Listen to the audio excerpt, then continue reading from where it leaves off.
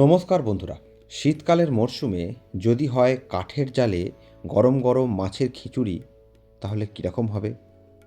সেই জন্য আজকে একদম গ্রাম্য পদ্ধতিতে কাঠের উনানে খিচুড়ি করে দেখাবো আপনাদের।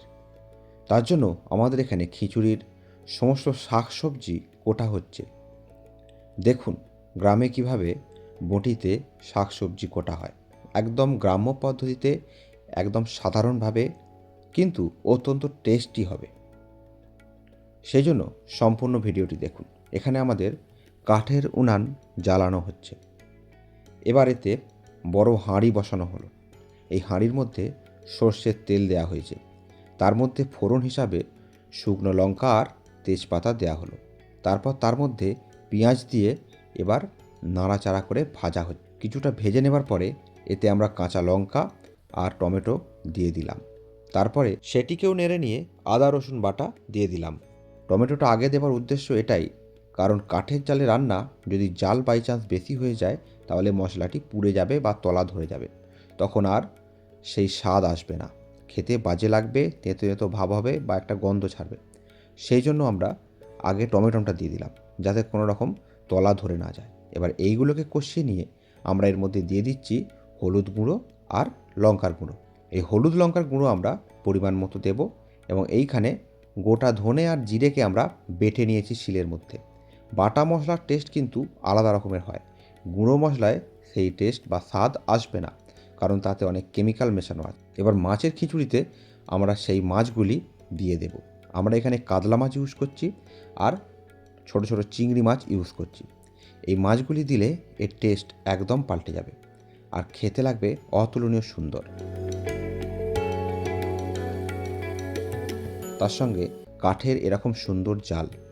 আমরা এখানে সমস্ত শাকসবজির মধ্যে বলে রাখি, আমরা এখানে দিয়েছি লাউ শাক, পালং শাক, গাজর, মটরশুঁটি, বিম কড়াই।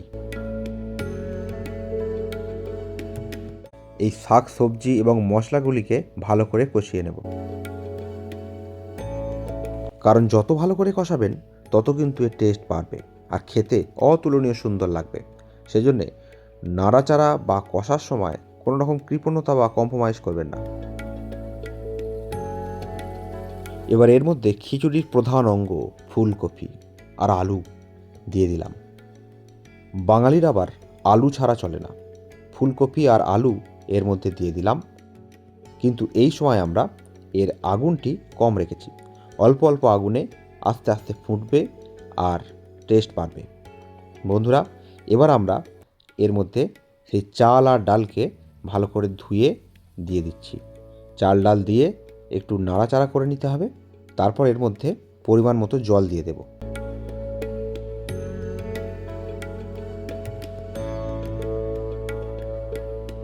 খিচুড়ি যখন হয়ে আসবে, যখন চাল মোটামুটি সিদ্ধ হয়ে যাবে, ধরুন 60%, সেই সময় কিন্তু বেশি করে নাড়বেন, মাঝে মাঝেই নাড়বেন, নাহলে কিন্তু তলা ধরে যাবে আর পুড়ে যাবে।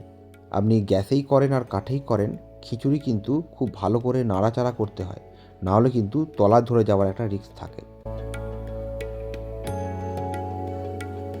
আমাদের খিচুড়ি কিন্তু এখানে মোটামুটি হয়েই এসেছে, আর কিছুক্ষণের মধ্যেই কিন্তু খিচুড়ি রেডি হয়ে যাবে।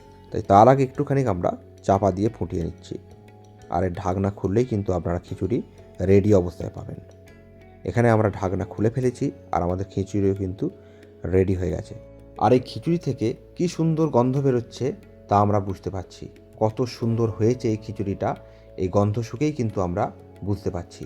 আপনারা অবশ্যই সেই জন্য বাড়িতে একবার এই খিচুড়িটি বানিয়ে দেখুন। মাছের খিচুড়ি শাকসবজি দিয়ে শীতকালে দারুণ লাগবে রোদে বসে বসে খেতে। একবার করে দেখুন। এরকম ভিডিও পেতে আমাদের সঙ্গে থাকুন। নমস্কার।